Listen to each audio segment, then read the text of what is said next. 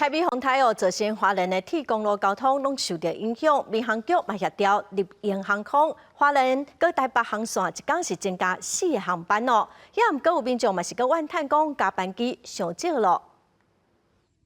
那个花莲机场的候机大厅，8点10分往台北的这班飞联机是立营航空2日独家开的班次。开放定位了后，就随卖了，但嘛是有民众得排候补，因为只要下当坐起的飞联机就好，总比坐船还是坐火车紧。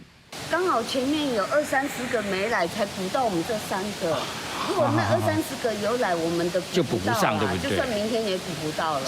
因为时间上差太多了，对，搭船要3个小时，对，那搭飞机大概就是1个多小时。台北洪台对花莲往北的交通是造成严重的影响，苏花公路和北回铁路无法度行了后，虽然已经调到新台马轮和平和轮加入运输，但是因为时间伤长，真侪民众嘛是希望会当坐飞联机，但是量体敢若无够。其实候补的几率几乎是微乎其微啦。我是希望民航局再多增加几个班次的时间，那座位数可以多一点，可以尽快的这个疏散我们这些想要南来北往的这些旅客。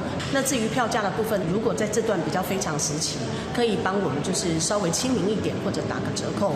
花莲机场本地往返台北、台中、高雄拢总有8个班次。民航局强调讲，已经对2月开始协调立营航空，逐天加开4个班次往返台北和花莲。行政院党部的办公室目前嘛积极在协调交通部，看敢会当以0206低档了后的模式来补助票价。记者综合报道。